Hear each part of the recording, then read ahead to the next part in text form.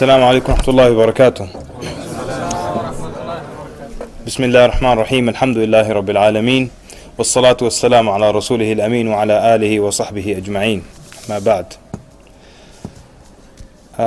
In the beginning, I would like to sincerely thank all of you for coming and for giving up this portion of your evening. May Allah subhanahu wa ta'ala reward you and multiply your rewards. And yes, I used to live in Canada. I was in Canada for about a year and a half, and 9 months ago I moved to Sudan. For those of you who are not familiar with the country of Sudan, it is the greatest country in the world. I'm serious. And just to clarify, like, I never referred to myself as the Black Belt of Dawah or anything like that. That was a description that someone put, I don't know who it was, and I wouldn't describe myself like that. That's not very humble, right? Yani I would describe myself as a 5-degree black belt in Dawah. It's more accurate, I think. All right, great. So let's talk about challenges in Dawah. At work, with students, and people who study with you at the university, your neighbors. What are some of the challenges that we face? And I'd like to begin by saying that for the most part, it's hard to put rules for da'wah. And I know many people love to do that. Many du'at love to put rules. Many organizations love to insist on certain rules for da'wah. I think that's the better one, yeah. But the truth is, there are no hard and fast rules for da'wah. So I may tell you a lot of things that might be applicable in the United States, but not necessarily applicable here. So feel free to take and leave from whatever I say today. But let me start by just talking a little bit about our responsibility. The responsibility we have towards, spreading Islam or calling people to Allah Azza wa Jal, or calling the Muslims themselves back to Allah subhanahu wa ta'ala. And the first thing, let's discuss what is the ruling on da'wah. And when we say da'wah here, we mean on enjoining good and forbidding what is evil, on calling the Muslims back to Allah Azza wa Jal, or calling non-Muslims to Allah subhanahu wa ta'ala. What is the ruling on giving da'wah? So a lot of times you'll find people in communities that believe that giving da'wah is fard kifaya. It's a communal obligation. If some people do it in the community, then it absolves the rest of us from blame. So it's kind of like making the adhan for prayer. If someone makes the adhan, then not every brother has to get up and make the adhan. That one guy doing it absolves the rest from the responsibility. So many people think da'wah is the same way. As long as, alhamdulillah, we have da'wah organizations, and we have a masjid and an imam, we have a non-Muslim da'wah team, and we have this group and that group giving da'wah, then we don't have to individually give da'wah. And this is an opinion by some of the scholars, but it is not the opinion with the strongest evidence. The opinion with the strongest evidence says that on a basic level, everyone has to give da'wah. One more time. And to make this easier to understand, underline on a basic level. So on a basic level, everybody in the ummah has to give da'wah. Young, old, educated, uneducated, literate, illiterate, male, female, everybody has to give da'wah. Because enjoining what is good, forbidding what is evil is part of da'wah. So you're telling me everyone has to give da'wah? Yes, everyone has to give da'wah. Even a very, very ignorant man, he has no knowledge of Islam, and he just prays basically and fasts when Ramadan comes, and he doesn't know anything about Islam. He doesn't know how to read or write. He's not educated in secular studies nor Islamic studies. This man has to give da'wah, and he has no skills even. He just makes brooms from trees. He'll make brooms, and then the next day he'll go and sell them in the market. The day after that he'll make more brooms. The day after that he'll sell them in the market. This man's obligated to give some da'wah? Yes, this man's obligated to give some da'wah. Because this man could be walking to the market, he might see 2 little boys fighting. If he stops them, is that forbidding what's evil? Is that part of da'wah? Yes. He might be walking, he'll find 2 teenagers using bad words, using profanity. You can tell them, Ya walad, stop saying that word. Is that good? Is that da'wah? Absolutely. He might tell someone to pray. And that person might tell him, what's the evidence that I have to pray? And the man might say, I don't know it. Is that sufficient enough? Yeah. I don't know which ayah says you have to, but I do know everyone has to pray. So he can tell someone pray, he can tell this one don't lie, and that's da'wah. So that means on a basic level, everybody has to give da'wah. And if you're still not convinced with this opinion, try to think of a scenario where someone in this ummah cannot give da'wah. someone that's able and of sane mind. And don't tell me someone who's in a coma for 12 years. Now, realistically, someone that's able and cannot give da'wah, can you think of a scenario? You probably can't. You can't think of a scenario. That means on a basic level. Now there are some higher levels of da'wah, and that's not for everybody. Does everyone in this room have to teach Qur'anic tafsir? No. So whoever's at that level, they can teach ilm al-hadith or ulum al-hadith, usul al-fiqh, tafsir, things like that. But on a basic level, every single one of us is supposed to give some kind of da'wah. One person asked, he said, if I give a lot of money to an organization that gives da'wah, is that enough for me? Can I say that's my da'wah? And I just answered it like this. Imagine the same person who gives a lot of money to a da'wah organization. So he thinks, okay, I've fulfilled my da'wah obligation. And he walks by and there's, let's say, a 10-year-old smoking a cigarette. So he walks by this 10-year-old who's smoking a cigarette, and he's now supposed to do something about it and tell him, Ya walad, don't smoke, okay? It's haram, don't do it. But he says, wait a minute, I don't have to do this because I give money to the organization and they give da'wah on my behalf. Does that make any sense? No. So that means this is a responsibility that we have, to call Muslims back to Allah, to enjoin what is good, to forbid what is evil, and to call the non-Muslims to Allah subhanahu wa ta'ala. And there's so many people who are lost, so many people who are unhappy, so many people who are searching for the truth, so many people that are so unhappy that they have suicidal thoughts, that they're consuming alcohol and drugs just to make up for that unhappiness and the sadness in their life. And they just need Islam. And guess who lives next door? You live next door. And this guy, he's trying to discover himself. He travels all the way to India to have an experience, and he comes back and he just ate a lot of spicy kebabs. That's all he got out of it. And you're his neighbor. All along, you could have just knocked on his door, given some information about Islam. So what are some of the challenges? And what I'm cautious of, I don't want to tell you, here are the challenges, and then just spill out the antidote or the response to each one. And in your mind, you're sitting here with different challenges in your mind. So I want to speak briefly, and then you'll bring up some of the challenges that you face or that you want to discuss, and then we'll discuss it that way. So, because especially there may be challenges in the UK that I'm not familiar with, as I come from the greatest country on earth. Okay, very good. UK audience is usually a bit more serious than in America. America, you say anything stupid, everybody, it's great. In the UK, you have to use smart jokes and witty sarcasm. We'll try our best. Excellent. Okay, a number of things. Let's just start with, let me start with something, okay? As a non-UK resident, allow me to say this, please, okay? And just test this with anyone who lives outside of the UK and is familiar, or roughly familiar with the da'wah in the UK. Ask him, how is da'wah in the UK? Does it seem more aggressive than other places or not? And allow me to say this, why are you guys so aggressive? What's with the aggression? Why do you guys love debates so much? Wallah, every other brother I meet, I was at a debate a week ago. Another brother, I was at a debate 2 days ago. Why do you guys have so many debates? And is that a good thing?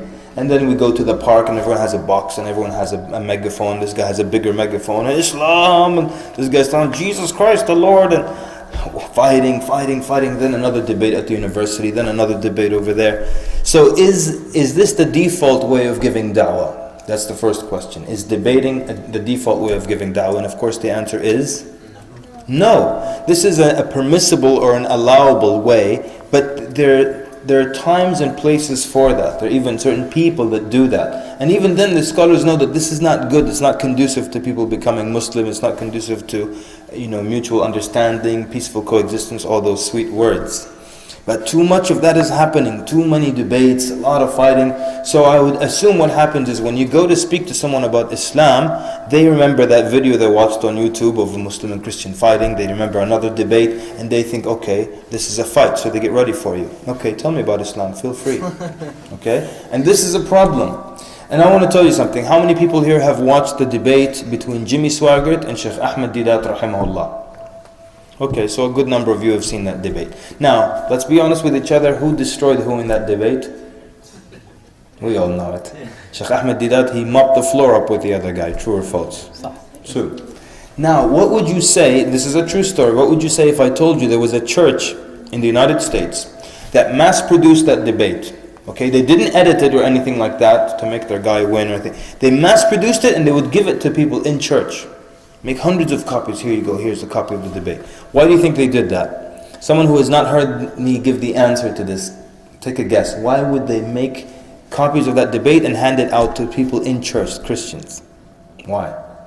Their guy is being destroyed. Why on earth would they give people copies of that? To make them enthusiastic to proselytize Christianity. Okay, to encourage them to give da'wah, perhaps the brother said. That could have been the answer, but actually it's not in this case. They are biased and they wouldn't look at what Shaykh Kamal does, and then they would just listen to it. Okay. To show how aggressive the Muslims are. To show how aggressive the Muslims are, and that's also very probable. Naam?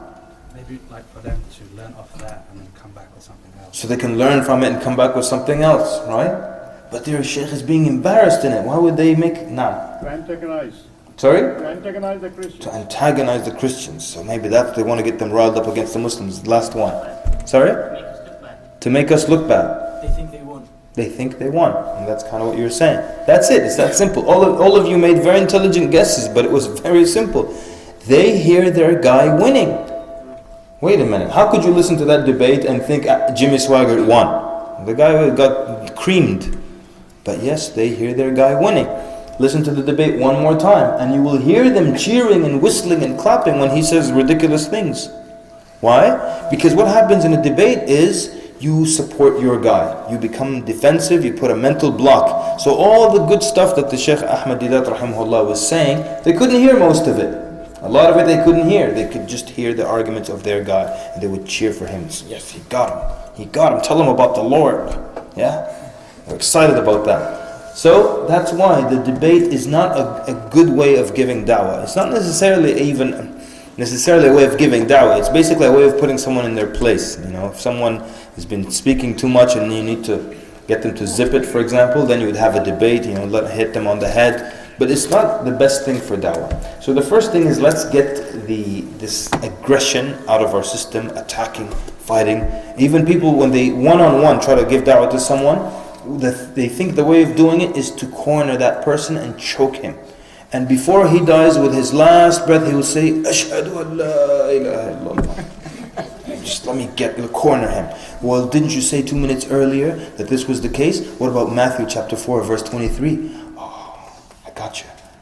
Get him. Khalas, he's about to die. He'll say the Shahadah, don't worry. And man mata ala la ilaha illallah, dakhal al-jannah, right? Whoever says la ilaha illallah, he goes to paradise. Okay, I hope we can agree. Let's not be aggressive, let's tone it down, let's stop these debates. Every weekend there's a debate, huh? Oh, there's a debate about this, a debate about that. Khalas, take it easy with that. So, I want to talk about knowledge, right? We're at the day and age, especially young people in the audience, please listen up. We're living at a day and age where we cannot afford to be ignorant about many things. We can't afford to not know how to answer these basic questions. And the truth is, it's the same old. If I go out now, I'm planning and I'm preparing a team to go out and give some da'wah. Let's say specifically to non-Muslims. Now I have to prepare them for certain questions that they're going to be asked. What are these questions going to be? What do you think? Same old. What do you think?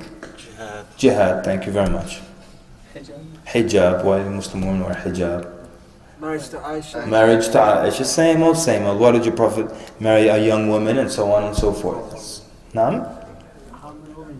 How many women can you marry? And we're proud of that, 4, right? Okay.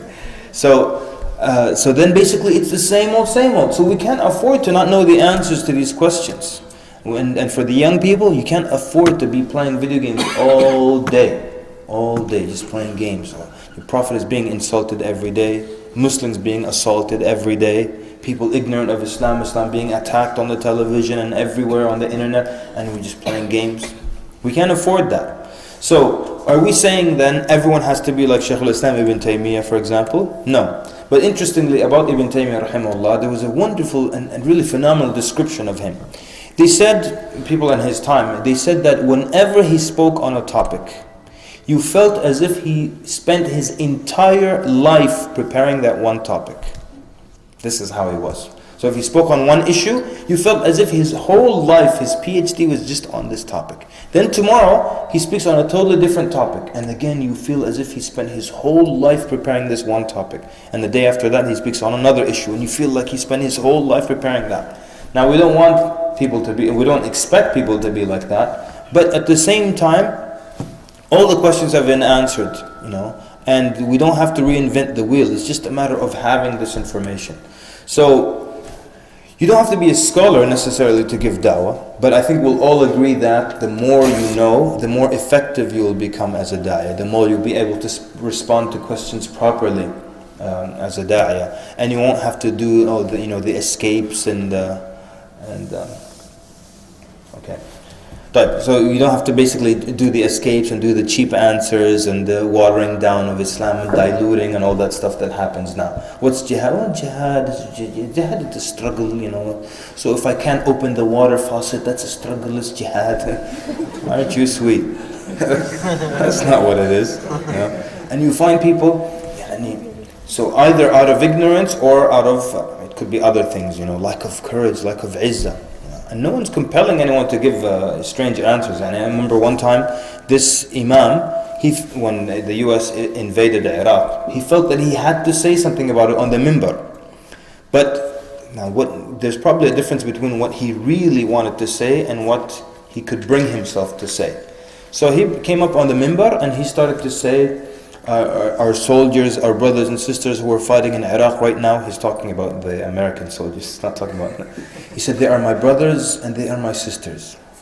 Is this the best thing you could come up with and tell the believers on the day of Al-Jum'ah? Like, who on earth put a gun to your head and said, give a khutbah on Iraq? You could have spoken about anything, about khushu', about the importance of salah, brotherhood, smiling. Who said you have to give this topic? If you can't speak the truth, then don't speak. So this is what we're getting today. A lot of it, and it has to do with just lack of good knowledge. If people had good knowledge and good analogies and good answers, they wouldn't suffer. There is no difficult question about Islam. A lot of times people say, what about if someone asks you about the controversial subject of this? First of all, Allah doesn't reveal controversy, does He? No. Allah doesn't reveal controversy. Oh, stay away, please give a khutbah, but stay away from controversial subjects. Well, what are you talking about, controversial subjects? So Allah doesn't reveal controversy, right? And if you know the answer, it doesn't even seem like something that will make you nervous or controversy or anything of that sort. If you know the answer, khalas, it's simple. Give a quick analogy and you're done. But we now allow people to trap us and paint us into a corner because we just didn't look into it very carefully. Slavery in Islam, the age of Aisha, simple answers for that. Extremely simple answers for that. Obviously, we're not going into that right now. Okay, so what's the reason we don't reach out and tell everyone about Islam? What's the reason we don't reach out to people? Do we not care enough maybe about people? And by the way, you'll see that the prophets were superb du'at, and Nabi sallallahu alaihi wasallam was a superb da'iyah, the companions were superb du'at because they cared for people. And wait a minute, care for people? The minute you say things like care for people, care for non-Muslims, someone thinks, oh, this guy, he doesn't know wala and bara very well. Loving for the sake of Allah and hating for the sake of Allah. And I always tell, especially young people, bring me the most severe book on wala and bara. And you will see that it allows for loving people who also, in any book. One time I went, a masjid threw a bunch of brand new books on wala and bara. After 9/11, of course, everything was going into the dumpster. So they threw these books on wala and bara. You're like, okay, what's so scary about wala and bara? Read it carefully. The last paragraph of the book was talking about how you can also love a non-Muslim. If someone now becomes a Muslim, he has to hate his mother? Would that be good da'wah? They tell him, listen, so you need to become Muslim today, inshallah, you will start to pray and you will become a better person. But you must hate your mother, okay? Because she's a non-Muslim, you have to hate her. What do you think the guy will say? Ashhadu an la. I never liked her anyways. Ashhadu an la. So An-Nabi sallallahu alaihi wasallam cared for people. If he didn't care, he would have crushed the Meccans between the two mountains, true or false. Immediately would have crushed them. But he didn't do that because he cared, right? And even in our old days in Washington DC, we had one brother, he was an excellent da'iyah. He worked harder than anyone else. And one day he told us his secret. Washington DC is predominantly African American and he's African American. He said, He said, these are my people, and I care for them. I love them. That's why he was a good da'iyah. So do we care for people? Let me ask you this. Suppose your neighbor next door, he's your enemy, and he does nasty things to you. He'll egg your house and throw toilet paper in your tree and do all kinds of nasty things, and there was known, established, an official hatred between the two of you. But one day you're going to work and you see your neighbor running out of his house and he's on fire. What will you do? Try and put them out. Your brother said he'll try and put him out. Do you guys agree with that? But he's your enemy though. You hate him and he hates you. He eggs your house. You try to put him out? Yes? Okay. I think all of us would, right? Even if you absolutely hated him. I don't think any one of you will just throw like a bottle of water, be like, hey, use it wisely, okay? And just throw it and drive off. You know? Or serves you right. Next time you egg my house, see you in the hellfire, okay? And drive away. So if we care so much about an individual, if they're on this worldly fire, what about the worst fire? The hellfire of Allah Azza wa Jal. That's more severe. That doesn't decrease when you scream. You know, when you scream, there's a psychological release, yeah, and things hurt less. But this is a fire that is so severe that screaming doesn't make it hurt less. And the first second it touches you is not like the millionth hour that it's touching you. It feels the same level of pain. And if we care for people, and I'm ready to put out the fire on my neighbor to the point where I get burned myself, and I get injured in the process of trying to put him out. If we really care for people, and by the way, do this exercise. Next time you see someone walking in front of you, just imagine them on fire. Imagine their skin burning. What would you do? So, this is the contrast between a generation that spread Islam just on their good manners, and a generation that has the internet and books and material and printed material and access to television and radio, and in the end, people are still don't even know who Allah subhanahu wa ta'ala is. So we all have a lot more work to do. So if this is the case, then I can't say, well, I'm too shy, really. Even the shy person, you just speak to the first person, speak to the second person, and then see what happens. Even the shy person has other avenues. I'm too shy. I am absolutely terrified. I'm mortified. I can't stand in front of another human being. Okay. Late night when everyone's asleep, I come and put something in front of your door and run like a chicken. Is that okay? Can I do that? Yeah. Can I send someone an email? They'll never catch me. Everyone's a hero on the internet, right? Yeah. I'll break your face. And no one can touch you. You're brave, right? So can I email someone something? There's so many avenues through which we can do some work. You know something? A lot of times people tell me things like, I have a friend and we've been friends for a while, but I don't want to bring up Islam because it will make our relationship awkward. Who has experienced that before? It'll make our relationship awkward. I tell them about Islam, so it's like I tried to convert them and it didn't work, and then the next time we meet it'll just be awkward and strange and things like that. So what can I do? The truth is, do you have any evidence to suggest that it will become an awkward situation? Or is it in our head? A lot of times, most things are in our head. Oh, if you tell someone, why don't you become Muslim, they'll become offended. Are you sure of that? Or do you just imagine that would be the case? Most of the time, it's imagination. So I have a friend, or a professor, or a co-worker, or a colleague, if I tell them about Islam, it will be strange from that day on. We'll both be having lunch and just staring at each other. No, says who? Just give it a shot, try it, and see what happens. Perhaps the way you present it will make it less awkward. A sister came up to me, she said, I have a friend, we've been friends for like 15 years and I've never told her about Islam. She knows I put on hijab, she knows I pray and I fast in Ramadan, and we've never mentioned Islam. How can I do that? I said, that's so easy. Just tell her, so-and-so, by her name, you're a good friend of mine and we've known each other now for 15 or for 13 years.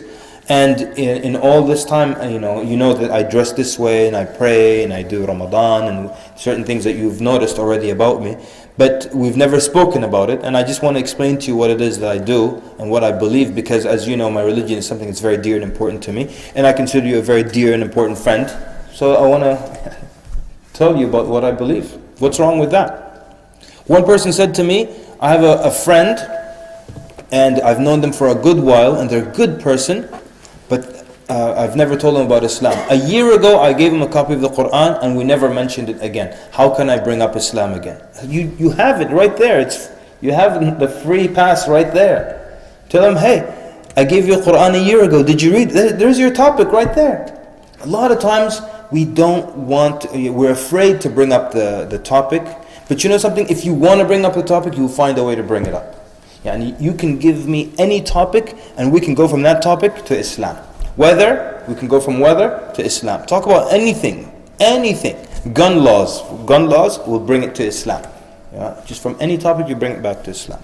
Right? Just like if for the young brothers, yani, when you want to get married, right, and you want to see if the sister will accept you or not.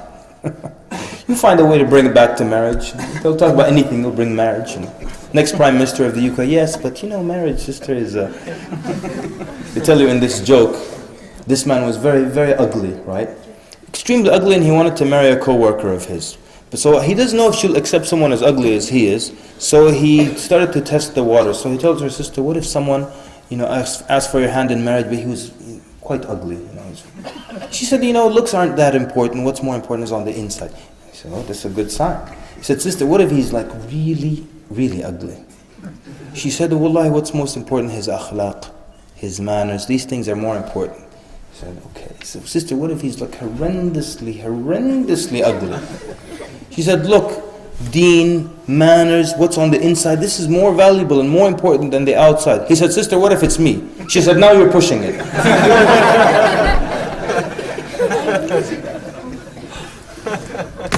And I always say you can always joke about ugly people because no one will object. Am I right? Because everyone's beautiful. Yeah, absolutely. Everyone's see, Shaykh Hisham, he's so sweet. He said because everybody's beautiful. See, that's a totally different angle than how I looked at it. I said because if the ugly person says, I object to that joke, you can just tell him, I can see why. We're just joking. Okay. I know you're waiting for sarcasm and satire and intelligent jokes. Okay. Like I was saying, when you want to find a way to bring up something, you'll find a way. One time this man came up to me, and maybe we'll start taking from the audience some scenarios and some their own object. I'll close with this. Interactive in any way. Jamil Jiddan. So this man comes up to me, he says, at work, they don't allow me to talk to anyone about Islam. And my manager focuses on me especially, and his beard, mashallah, up to here. He says, they focus on me, they don't let me talk to anyone about Islam. I said, okay, tell me about, there's always a way. So tell me about the setup at your office. He says, we have cubicles. I said, fantastic. When you have a break or lunch break, pick up the phone, call a Muslim friend, or just pick up the phone and start talking about Islam. As if you're talking to your friend about Islam. So anyway, so I told the man, so since Allah is the one who gives you your health, your eyesight, your loved ones, your intelligence, things that you cannot put a price on, doesn't it make sense then to only worship Allah, to only worship Him, to only praise Him, since He's the one who created you, and just talk on the phone. And people by their nature, they love to listen and eavesdrop. So they're going to be listening in, and what your point now is to pique their interest. Okay, say something that will get their attention, and then they will come to you. And they'll say, look, I couldn't help but overhearing you talking about this. Could you explain this aspect to me? Now, can they go and complain to the manager that you were talking to them about religion? No, because they came to you. So there are ways around it. There's so many ways. And this is a technique that we refer to a lot of times as indirect da'wah.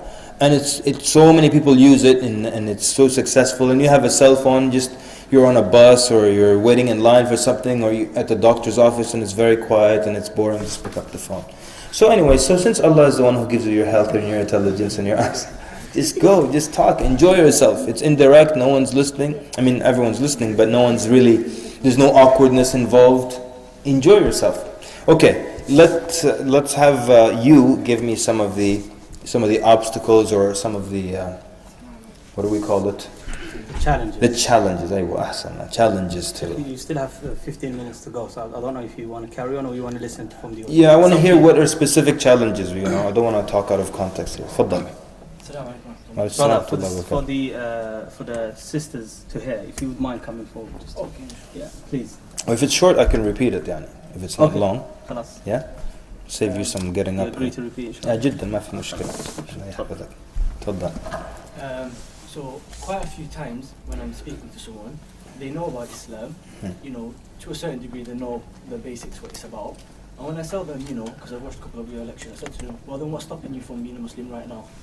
And then a lot of times they say, I need to learn more about it, and I need to learn more about my own religion, most of the times Christianity.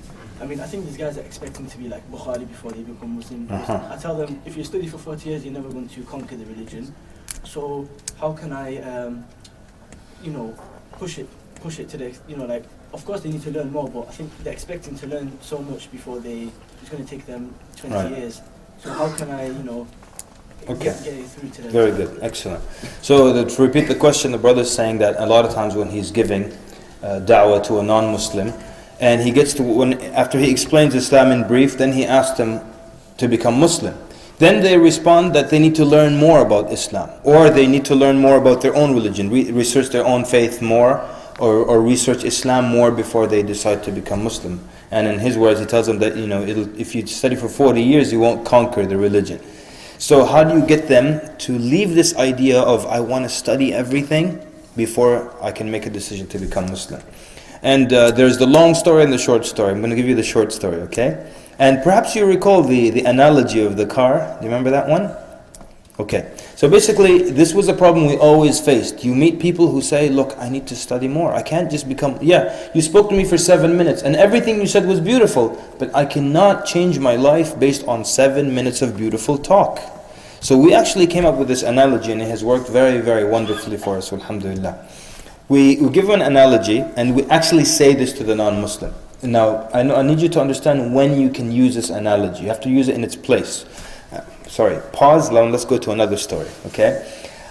A Muslim came and asked this question. He said, I was speaking to a non-Muslim friend of mine, and the non-Muslim was speaking about fornication, how everyone has the right to fornicate.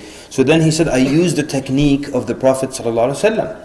Now you don't expect the technique from the Prophet ﷺ to fail.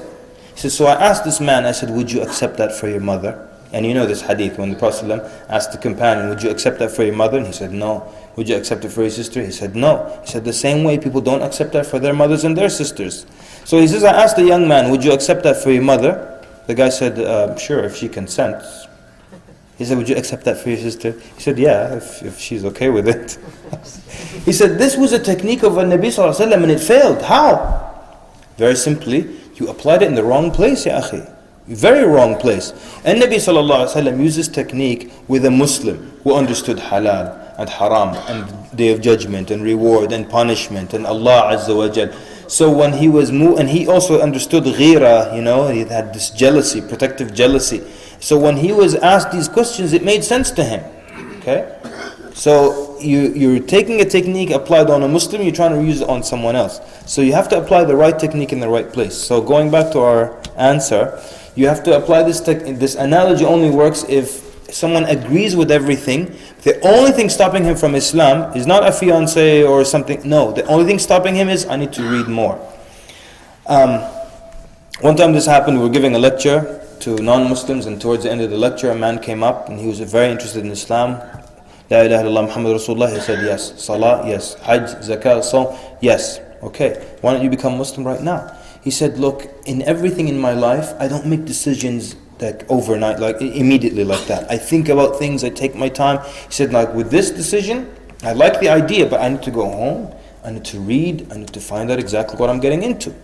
And I told him, you know what, I appreciate that. Because I am actually just like that. I don't make any impulsive decisions. I do my research before I make any big decision.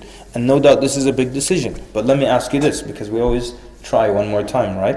Always try one more time. So I said, look, suppose then, I told you this is my car, it's outside, it's a brand new Mercedes-Benz, right? S-Class, let's make it, so it's an expensive Mercedes-Benz. I'll tell you, this car is yours for free, okay? And just so for the sake of our exercise, there's no bomb in it, all right? There is no dead body in the trunk. Just a very rich guy says, look, you can have my S-Class Mercedes, and if just go, what's the word? Ifhas. Test. Examine it, and if you like it, you can keep it. So now let's do the exercise together. Someone put your hand up and tell me, if I tell you this is a brand new car outside, costs about $130,000, I don't know how many pounds, 90,000 pounds let's say, If you like it, you can take it. What will you examine? Put your hand up and tell me what would you examine. Somebody. The engine. Okay, so brother said engine, another brother over here said engine. Very good. Nothing. Nothing, huh? Fantastic, I love you guys. Just take the car. Okay. Okay, but I want specific components. Nah, Ibrahim. The looks. So you're really checking the body, right? Because maybe it is a brand new S-Class Mercedes, but a train hit it and cut it in half. So you've got two halves now. So would you accept it if it has two halves? Probably not. Okay, so that means I'm checking the body, I'm checking the engine. I'm looking for one more thing. What will you check? Yes, sir. The keys. If the keys is the right one. The key. I love you, man. He said he will check the keys. If it's, if I give you a car for 90,000 pounds, if it has the wrong keys, you'll leave it. Pay 50 pounds to get new keys, right? We're scared of the keys. Brother in the back, yes. Sorry. And what component are you checking when you say does it start? Naam? Ignition. And the ignition, again, a car costs 90,000 pounds. I can replace the ignition, right? I'll take the key from my door at the house and just stick it in there and start it. Huh? Documents, huh? We said it's not stolen, there's no dead body in the trunk. It's a millionaire. Why? Naam. The interior, okay, possibly, naam. It's not clamped. Clamped? Clamped, huh? Which you're checking for the engine one more time. No, you're checking if the wheel hasn't been clamped, meaning the car is unable to move. Come on, man. 2 words. Plasma torch. You give me a 90,000 pound car, I'll cut that thing like no. All night I'll call brother, do you have saw? Come, bro. We was going to spend the overnight. Okay, the last thing, the transmission, right? Because the transmission, the gearbox, maybe you call it here. The transmission on a brand new S-Class Mercedes will cost thousands of pounds, and the engine will cost thousands of pounds. But the ignition, the key, that's nothing. I can afford that. The tires, that's nothing. No one refuses a 90,000 pound car because I don't like the tires, they're old. Put new tires, ya akhi. You know something? I wouldn't put new tires. Some people check the brakes. Forget the brakes. I'll roll it home. You know? It's 90,000 pounds. So what happens is, in the example, in the analogy, you ask the non-Muslim to tell you what are the key components he will check for in the car. And in the end, if everything makes sense, the most important things made sense, would you accept? And he would say, yes, I'll accept the car. And this person said, I'll accept the car. And then I asked him a question. I said, why is it that when the most important things in the car made sense to you, you accept the car? But when the most important things that I explained to you in Islam, meaning the 5 pillars, made sense to you, you rejected. What did he do? Wallahi, he looked down like this. He said, yes, you're right. I'll say it, let's go. Meaning I'll say the Shahadah. And he said it. So in this analogy, you explain to people, this is how life works. We don't, if I want to buy a car, I don't go to a dealership and say, look, let me drive this thing for 50,000 miles. If I'm trying to buy a house, I don't tell the realtor, well, let me move the children, the family, the dog and everybody in. We're going to live here for 4 or 5 months, then I'll give you my decision.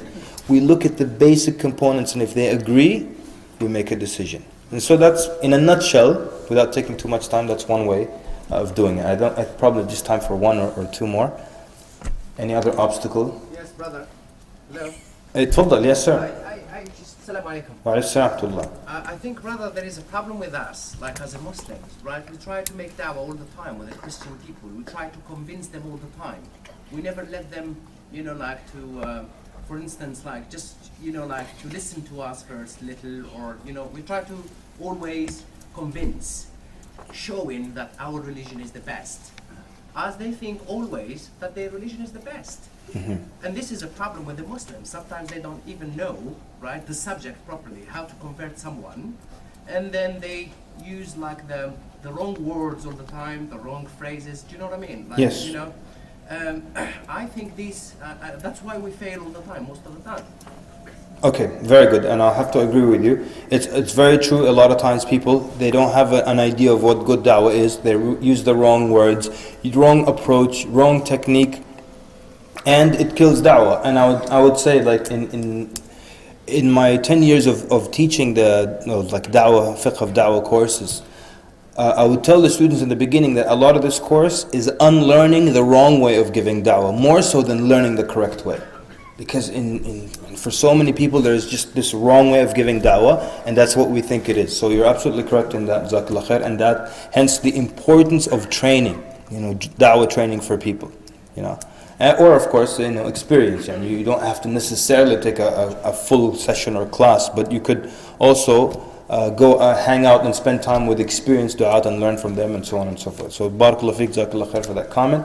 And someone had their hand up over here. Yes, go ahead. Yeah, I wanted to ask, some people, like, if they really like the idea of Islam, one thing that I've noticed might hold them back, like someone I know, is the fact, they say that in Islam, if you choose to leave Islam, you can be executed.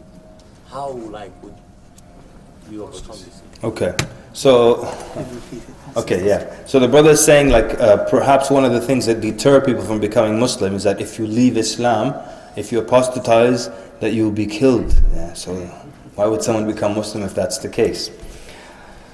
And this reminds me of a true story that happened during the times of one of the khulafa.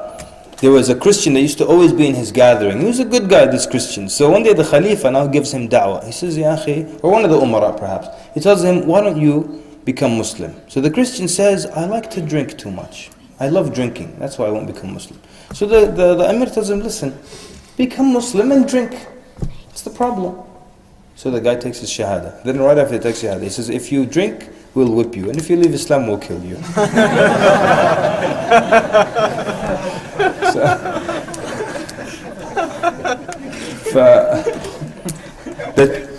Okay. And again, this goes back to point number one. When we the more details we learn about Islam, the easier we'll see it is to explain things like this. Let me ask you this.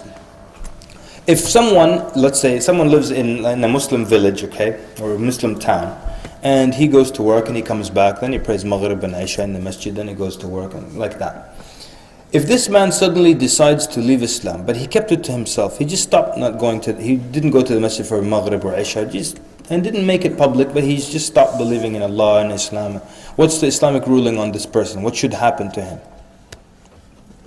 The answer is? Nothing. Thank you very much. Nothing. He left Islam and he kept it to himself. There's nothing. Khalas, he has the right to do that. And so, can people leave Islam? Yes, absolutely, they can leave Islam. You can leave Islam, but you keep quiet about it.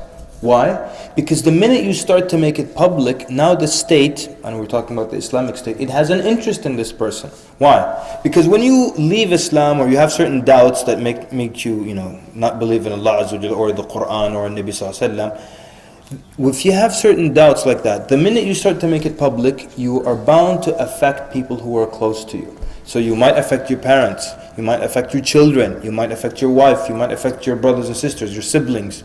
You could affect your neighbor, you could affect your close friend, you could affect close workers, co-workers, or students if you're a teacher. You understand? So now, if you make it public and you keep mentioning these doubts, and there'll be people without not enough knowledge, and they might be fall for these doubts as well. So now the state has an interest in you because you're making it public, and you will affect other people, and the state looks out for the population. So now you will be a person of interest. But anyone can leave Islam, and it's no big deal. As long as they keep it a secret.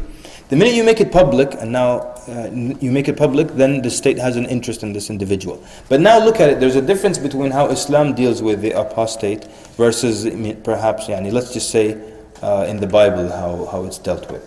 He is still given many chances.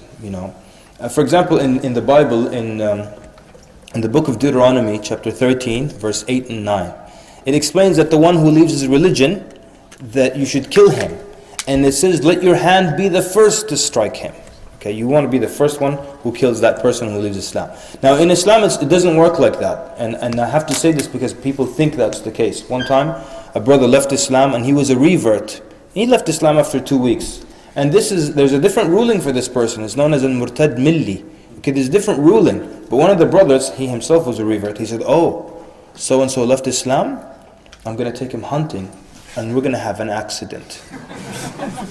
So he thought it was his job he's going to go Dick Cheney on the guy. Basically. So the truth is, and we've got like a minute or so, the scholars sit with the person. Then they try to explain whatever doubt came into his head. That's one. Two, then they start to, not in any particular order, then they try to establish or reaffirm that yes, this book is from Allah Azza wa Jalla. Here's the evidence, and this is the final prophet. Here's the evidence, right? Then, and of course these are scholars appointed by the state, or the Amir, or the Imam, or the Khalifa. And then they even do another tactic. They threaten him with the sword. So they say, look, just become Muslim, or you will get the sword if you continue upon this. What happens? What is this really? This is an opportunity for him to say, you know what? Yes, you're right, you're right. Once he sees the sword, he's like, I understand your argument now. He can pretend and go home to his family and keep his mouth closed and keep not praying and not going to Jum'ah or not fasting, but he can at least save himself by pretending even. He's even given that opportunity. You understand? But the more people, let's say, spread the doubts and speak that we're a group and they make an organization, we're Muslims who have abandoned Islam and we are more rational, scientific and so on. Imagine 4 people leave Islam in a village and they start a club. 10 years back, you come back to this village, there might be 237 of them. Why? Because they spread it. But if these 4 people kept it to themselves, you come back 10 years later, maybe there are only 6 or 7. Why? Because they kept it to themselves. So these are things you explain to the person. And one of the best selling points you have is that, look, we don't, this guy in the streets of London doesn't want to become Muslim because you guys killed someone if they leave Islam. So what are you talking about, man? This is not an Islamic state and no one will do anything to you. Of course, that's not your selling point to say you have a trial period, right? But at the same time, who's gonna, do you guys have regularly after Isha, brothers and sisters, there are a few announcements. There's a brother who left Islam. We're gonna chop his head off in the parking lot outside. Please join us, barakallahu feekum.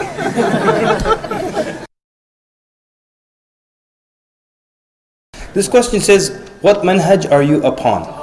Allah. UK, you want a piece of me? Come on, let's roll. Okay, first of all, you need to understand, it was not from the way of the early Muslims, and it was not of the way of the Sahaba to ask people this question. Okay, no one has ever put it upon you to always question people's manhaj. So, salam, how are you doing, brother? What's your name? Where are you from? MashaAllah. What manhaj are you? This is not part of the way of the early Muslims to question people's manhaj, okay? But to answer the question, my manhaj is that of Ahlus Sunnah wal Jama'ah, okay? And my first teacher, he was a Syrian scholar, he was a student of Shaykh Al-Albani, and every other one of my scholars that I studied with were either students of Al-Albani or Ibn Uthaymin or Ibn Baz and so on and so forth. So, but it's not from the way of the early Muslims to question people's manhaj constantly. It's like, where are you from and what's your manhaj? Oh, that's nice. Okay. So that's the first thing. But if you want a piece of me, I'm here. Don't worry about it. This question says, Assalamu alaikum wa alaikum salam. Do you think the Muslims are discussing Sharia too much when giving da'wah to non-Muslims rather than Iman and the signs of Allah in the universe? The Sahaba were first introduced to Islam, not the Islamic penal code. Brilliant, sister. This is the problem, okay? Right now, if I say the word Sharia, what do you think of? Let's be honest. There we go. Something's flying off, either head or hand. Okay? But this is the penal code, ya akhwan. For example, in democracy, I'm going to pick on America. In America, in a democracy, we have lethal injection. We capital punishment. We kill people by putting a poison in their blood system, or we put them in a chamber full of a deadly gas, and when they inhale, they die. Or we put them on a very comfortable chair, but it has electricity all over it that kills them also.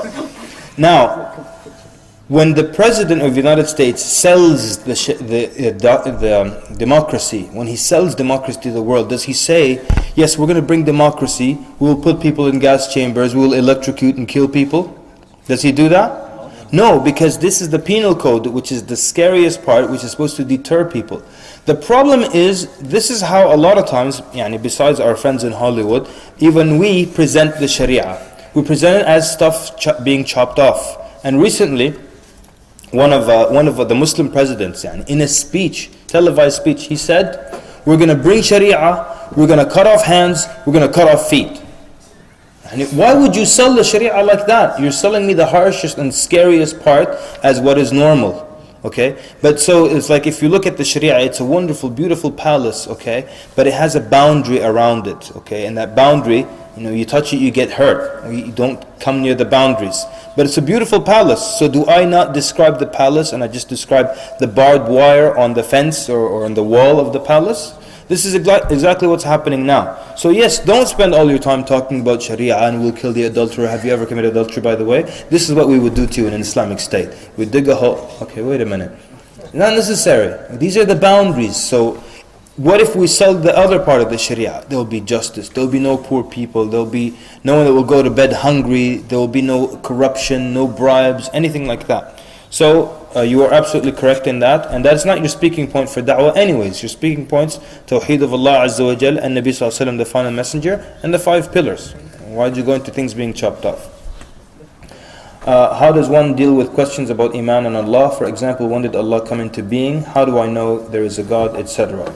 Obviously, they're like 2-3 questions here, and this is probably a good time to invite you to join me for the course that's coming up in about 2 weeks. We're going to do a course here in London. It's called Shahadah, Fiqh of Dawah, and you will find these cards out here. And it's April 13th, starting April 13th until the second weekend of April 21st. Okay. Now, the only reason I can confidently promote this workshop is that I've been doing it for years and I know the results, alhamdulillah, of the people who attend this workshop. I got an email from a brother, actually in the UK. He listened to it online and it was like a 5-hour version. He listened to 2.5 hours and he paused it. He says to me in the email, I paused it to go buy dinner. He said, on the way I saw a non-Muslim and I said something from the course. He said something back that was expected in the course and I said something back and the guy took his shahada. So in his email he said, I heard half the course. What happens when I hear the full course? So, great things happen. Just kidding. So, Naam? He's going for dinner. He's going for dinner all the time after that. Full course. So we discuss, allow me to say, brilliant ways of tackling questions like this. Simple analogies sometimes. Right. So we can say, for example, Shaykh Hisham was the first person in this building today. So if I tell you Shaykh Hisham was the first person in the building today, you might ask me, yes, but who was there before him today? No. Listen to me carefully. Today, he was the first one in the building. Yes, I understand that. But who was there before him? I told you today he was the first one. Who was there before him? There cannot be who was there before him. It's a wrong question. Same thing, who is there before Allah? If he is the first, only... I know someone who is not intelligent would ask you who was there before the first. That's what the word first means, Habibi. Unless you don't know what it means. There are also other things, like someone will ask you, who created Allah? Oh, Allah has no creator. But everything has a creator, except Allah. How can Allah not have a creator? Who created Allah? Okay, so what do we do here? We explain to the person that what you're doing, you're asking the wrong question. You see? This is the way we understand Allah. We see a concept, if we see a description of Allah, for example, Allah is the most merciful. How can I understand that? I understand it because I know what mercy is. So I look at mercy, then I magnify it a lot, and I say Allah is very merciful. I understand how Allah is Ar-Rahman, Ar-Rahim. Then I see that Allah is the most generous. So I see generosity, I understand the concept. Then I magnify it a lot and I see how Allah is the most generous. But the problem is that then, what happens when I give you a description of Allah that you can't compare to the dunya and magnify? Allah was the first and He was always there and He has no creator. So like, okay, what can I think of that's like that I can magnify? There's nothing. So then you say, how is that possible? That must be an impossibility then. So this is the thing, there's a difference between what you can understand and what you can imagine. Many times people cannot imagine something, so they think it's impossible. Now this is not right. For example, it's almost 8 o'clock. Let me try to end with this very quickly. We'll do أذان إقامة straight away. نوقف الآن؟ نوقف right now? لا تفضل أكمل عندك 30 ثانية. طيب, okay. So, in 30 seconds I want to say very quickly that what if you... Look, it's done, huh? And the second part of the question about Allah subhanahu wa ta'ala said, how can you prove to them that Allah subhanahu wa ta'ala exists? If you understand that there is tons and tons of evidence to point to the existence of Allah Azza wa Jal, then your question will be, okay, where do I start? Because wallahi, there is so much. Shaykh al-Islam ibn Taymiyyah rahimahullah says something very nice. He said Allah Azza wa Jal created the human being, and He created the human body in need of water. So because we're in need of water, Allah Azza wa Jal put water in every corner of the earth. Because we need it to survive.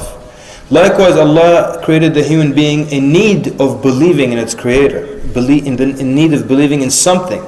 So Allah subhanahu wa ta'ala, even more so than water, put evidence to His existence everywhere on earth. So where do I begin?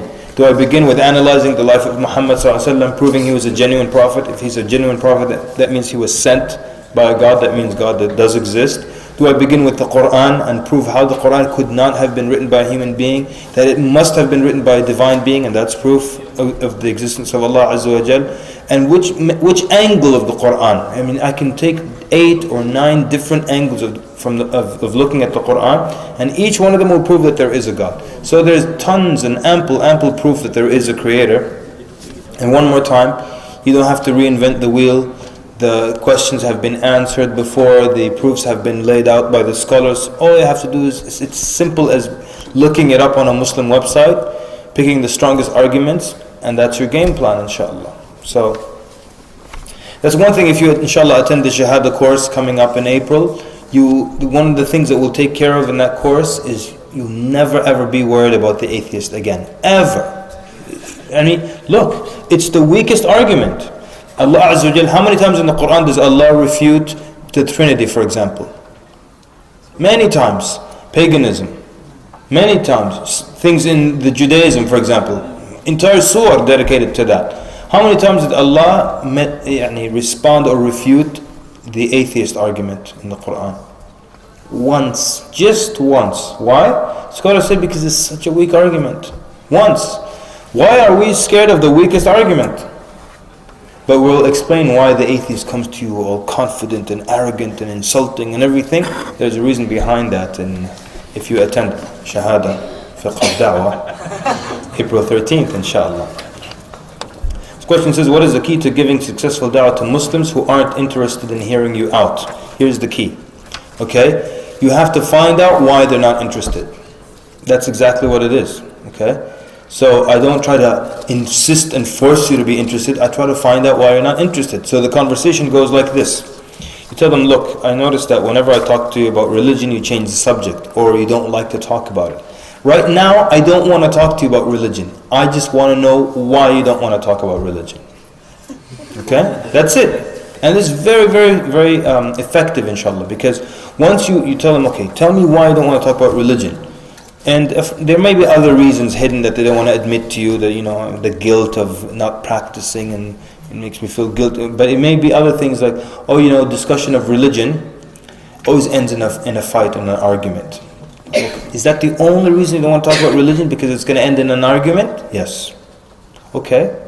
Then I'm going to talk to you about religion, and I promise you, I swear by Allah, we're not going to argue. Now it's their excuse.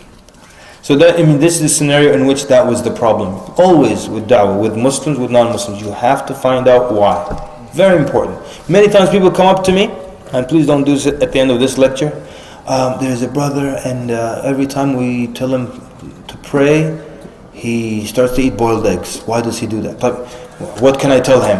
I can't tell you what to tell him. You have to find out why he does that every time it's time for salah. There's my mother, and every time it's time for salah, she says this or does that or that type. What can I tell her? It's not about what can you tell her at the moment. It's about why does she behave like that. So why? Always find out why. Someone doesn't want to become Muslim? Why? Someone doesn't want to pray? Why? If I tell you tell me someone doesn't want to pray. Go tell him this hadith and give him that ayah and give him this CD. No, find out what's his problem. You might discover, as you investigate, it's linked to some major sin he committed, like let's say 7 months ago, and decided he's not worthy of praying, and so on and so forth. Find out the why, and you're halfway there, inshallah. Okay? The question says, how do you deal with Christians? Whenever I try to point something wrong with the Bible, they say it's open to interpretation. They also say the Qur'an is open to interpretation. Number one, first thing we have to note in the question, try not to make that your approach, is to discuss what's wrong with the Bible. That's a last resort. I know, yani, even if you're good at it and you know your passages and your verses very well, and you can destroy them at the end of the day, but you must admit that it takes you a good while, because you give them this verse, then they give you the other verse, and then another contradiction, and then they tell you in the end it's interpretation, and you make very little headway of any, if any. So number one, as an approach, try not to do that, and always use the Bible. And I know maybe you've read some of good books and you've got some good arguments, but try not to use that. Talk about the beauty of Islam first. Yeah. Now, if they say it's open to interpretation, you tell them, okay, this verse open to interpretation. I show you another verse that's open to interpretation. In the end, the question is, what is the value of this book as a book of guidance if everything in it is open to interpretation? And then some Muslims make the same argument about the Qur'an. Oh, that's how you understood the verse. That's not how I understand the verse. Number one, what's the value of the Qur'an as a book of guidance if there was no specific meaning of the Qur'an? There's a specific meaning. Otherwise, Allah wouldn't have said, فَاسْأَلُوا أَهْلَ الذِّكْرِ إِن كُنْتُمْ لَا تَعْلَمُونَ. Ask the people of knowledge if you don't know. Ask them what? If everything's open to interpretation, well, just take yours and run with it. Why do I have to ask the person of knowledge? I have to ask them because there's a specific meaning Allah intended and they know it. That's why. Allah Azza wa Jalla describes the Qur'an that it was revealed بِلِسَانٍ عَرَبِيٍّ مُبِينٍ. What does mubin mean?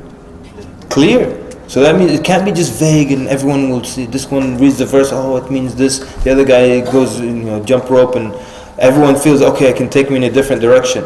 Also, the scholars say if the Qur'an had no specific meaning, why would there be a court or a justice system? Why would there be rulings? Because someone could steal, then you go in front of the judge and you tell, Your Honor, that's your interpretation of this verse. According to my interpretation, I didn't steal. I took opportunity of something that was available with no one watching, and Allah hanalab, So and so on and so forth. So the argument holds no water. And if you tell me every verse is open to interpretation, one time this Christian told me, I told him there's no proof at all of the divinity of Jesus in the Bible. He said it's there, but you can't see it because God didn't touch you. I said, if that's the case, I'm not going to even worry about it on the day of judgment. And if what you think is right on the day of judgment, let's suppose you're right, yeah. On the day of judgment, then no one ever has to examine this book of yours or look into it, because I can just say, well, God, I looked at your book, it didn't make any sense, and you didn't touch me, so I could understand it. So, what's the value of sending a book that you cannot understand unless God touches you? They might as well just touch you without the book, yeah. يعني صح ولا لا? It doesn't make any sense. Okay. Wallahu ta'ala a'lam. How would you go about giving da'wah to your own family? Again, this is one of those questions, yeah? It's one of the very common questions, but a lot of times people would expect me in the answer to this, just give you how to give da'wah to your family. Okay, what are the dynamics? Is your family non-practicing and you're practicing? When you started practicing, did you make their life miserable by telling them haram, haram, haram, you broke the television, you did things in the house, and now they think you're extreme and there's a very bad relationship? Or there's a decent relationship, maybe your father's a little practicing. Then what's the situation? Okay, how old are you? How old are they? Their background, are they very cultural when it comes to Islam? The most important thought I want to get across now is that there's so many variables and so many factors involved that if I were to give you the answer, this is how you give da'wah to your family, don't accept it from me, because that would be proof that I don't know what I'm talking about. Okay? If any shaykh tells you without asking you the details, the dynamics, and this is what you do, then they don't know what they're talking about. So then what can I say that's beneficial to the questioner? It would depend on a lot of things, yeah. But for the most part, you do show them the necessary respect. And if at some point you did burn the bridges, like a lot of people have done in the past, that when they first started practicing, they burnt all the bridges, because dinner, we were arguing about Islam. Lunch, we argued about Islam. Breakfast, we argued about Islam. In the end, the family said, I don't want to hear about Islam. So now 2 months later, you want to bring up the topic again. No. Now you're at the stage of rebuilding and repairing those bridges. So once the bridges are repaired, then you start to cross over carefully. So I'll just end with that. Wallahu ta'ala a'lam. Should we have one more question? Okay. زي ما Is that تحب. alright? زي ما تحب. شكرا شيخ. نقرأ ولا من الأودينس؟ خلاص ناخذ اثنين واحد من هنا وواحد في this one as well. طيب. So let's take one question from the brothers and one from there. You've asked a question, brother. Muhammad, you didn't ask a question. Yeah.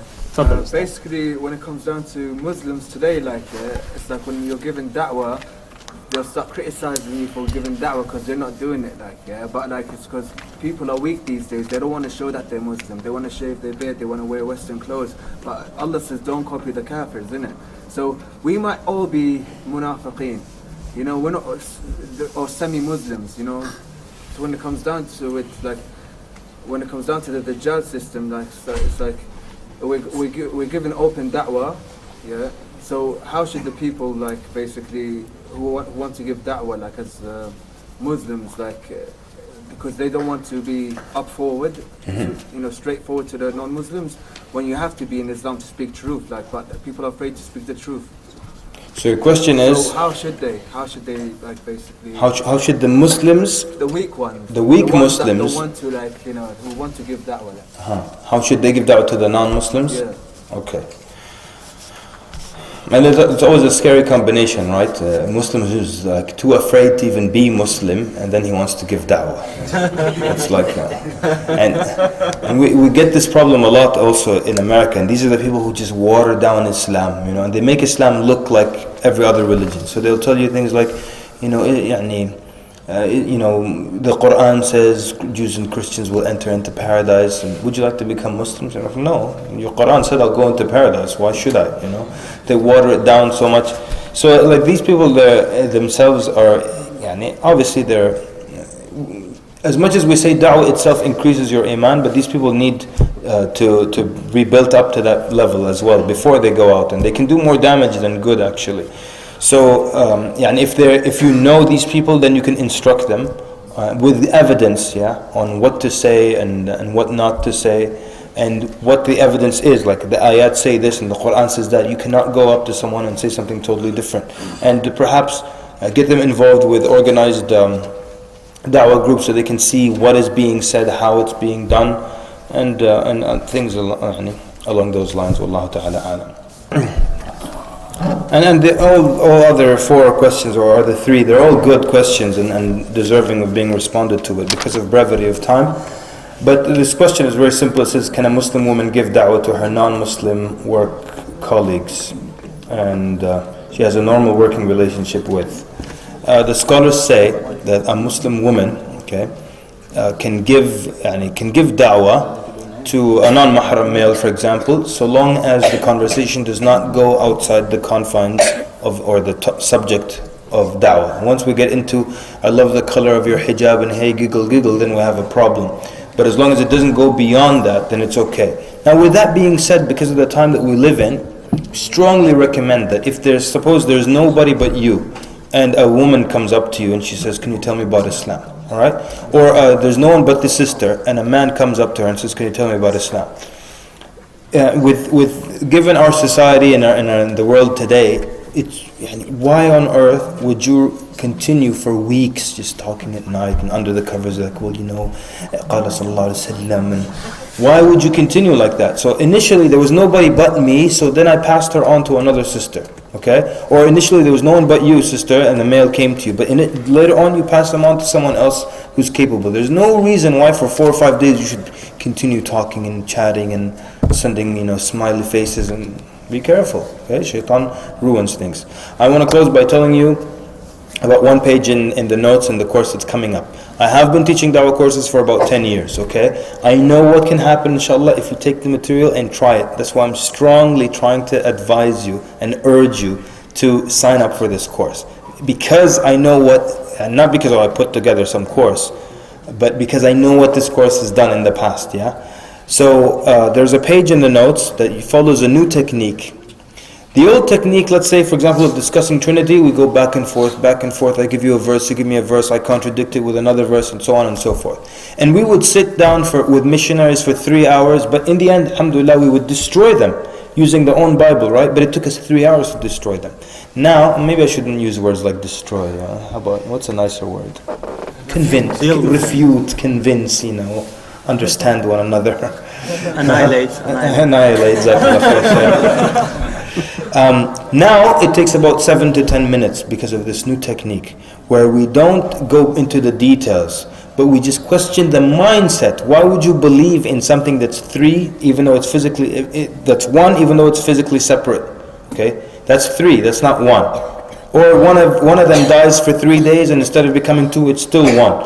So what we tackle the mindset now, and I'm going to give you an example. There's a page in the notes that in the past I used to not teach. I would announce in the beginning of the course, I'm skipping this page because it's self-explanatory, you read it at home. And that used to be page 59, right? Page 59 deals with polytheism, believing in more than one God, something that's very suitable for a Hindu or something like that.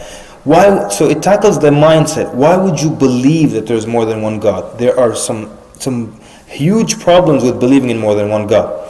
So I taught this in South Africa. I came back some months later, I asked the students what happens after the course. One of them said, my brother and I took the course. We went home and I watched my older brother pick up the phone, turn the course notes to page 59. He called a Hindu friend of his. He went over the arguments from the beginning of the page to the bottom of the page. His friend took Shahada over the phone.